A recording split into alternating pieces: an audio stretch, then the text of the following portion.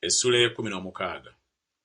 Okwatanga omwezi Abibu weekuumenga okuyitako eri Mukama Katonda wo, kubanga mu mwezi Abibu Mukama Katonda wo mwe yakuggyira mu Misiri ekiro.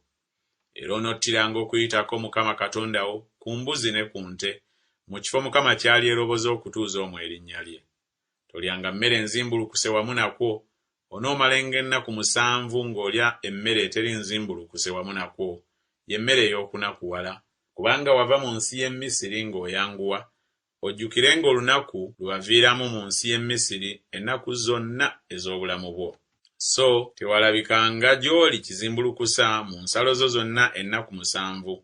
So tewasigalangawo ku nnyama gy'onottanga ku lunaku olw'olubereberye akawungeezi okusulawo okukeesa obudde. Tottiranga kuyitako munda w'oluggi lwonna ku nzigi zo Mukama Katonda wo z'akuwa. Naye mu kifo Mukama Katonda wo kyali eroboza okutuuza omwo erinnya lye, eyo gy'onottiranga okuyitako akawungeezi enjuba ng'egwa mu biro bye waviiramu mu Misiri.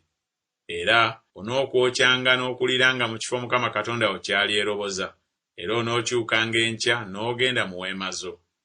Ennaku 6 onoolyanga emmere eteri nzimbulukuse, ne ku lunaku olw'omusanvu wanaabanga okukuŋŋaana okutukuvu eri Mukama Katonda wo. Tolukolerangako mulimu gwonna. Oneebaliranga Ssabbiiti 7 okuva ku biro by'otanuliramu okussa ekiwa by'okuŋŋaano ng'ekyali mu nnimiro, kw'onoosookeranga okubala Ssabbiiti 7. Era oneekuumanga embaga eya Ssabbiiti eri Mukama Katonda wo, ng'omuwa omusolo ogw'ekyo ky'owaayo ku bubwo eky'omukono gwo, ky'onoowangayo nga Mukama Katonda wo bw'akuwa omukisa. Era onoosanyukiranga mu maaso ga Mukama Katonda wo, ggwe ne mutabani wo, ne muwala wo, n'omuddu wo n'omuzaana wo, n'Omuleevi ali munda w'enzigi zo, ne munnaggwanga ne mulekwa ne nnamwandu abali wakati wo, mu kifo Mukama Katonda wo kyali eroboza okutuuza omwo erinnya lye. Era onojjukiranga nga wali muddu mu Misiri, era onookwatanga onookolanga amateeka gano. Oneekuumiranga embaga ey'ensiisira ennaku 7 bw'onoobanga omaze okutereka eby'omu gguuliro lyo n'eby'omu ssogolero lyo. Era onoosanyukiranga embaga yo, ggwe ne mutabani wo ne muwala wo, n'omuddu wo n'omuzaana wo, n'Omuleevi, ne munnaggwanga, ne mulekwa ne nnamwandu abali munda w'enzigi zo. Ennaku 7 oneekuumanga embaga eri Mukama Katonda wo mu kifo Mukama kyali eroboza, kubanga Mukama Katonda wo anaakuwanga omukisa mu bibala byo byonna ne mu mulimu gwonna ogw'engalo zo, era onoobanga n'essanyu jjereere. Emirundi 3 buli mwaka abasajja bo bonna banaalabikanga mu maaso ga Mukama Katonda wo mu kifo kyali eroboza, ku mbaga ey'emmere eteri nzimbulukuse, ne ku mbaga eya Ssabbiiti, ne ku mbaga ey'ensiisira.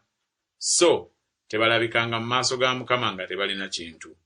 Buli muntu anaawanganga bw'anaayinzanga, ng'omukisa bwe gunaabanga ogwa Mukama Katonda wo gw'akuwadde. Abalamuzi n'abaami onossangawo mu nzigi zo zonna Mukama Katonda wo z'akuwa, ng'ebika byo bwe biri, era banaasaliranga abantu emisango egy'ensonga. Tokyamyanga musango, tosalirizanga bantu, so tolyanga nguzi, kubanga enguzi eziba amaaso g'ab'amagezi, era ekyusakyusa ebigambo by'abatuukirivu. Eby'obutuukirivu ddala by'onoogobereranga, olyoke obenga omulamu, osikire ensi Mukama Katonda wo gy'akuwa. Teweesimbiranga muti gwonna okuba Asera ku mabbali g'ekyoto kya Mukama Katonda wo ky'oneekoleranga. So teweeyimiririzanga mpagi Mukama Katonda wo gy'akyawa.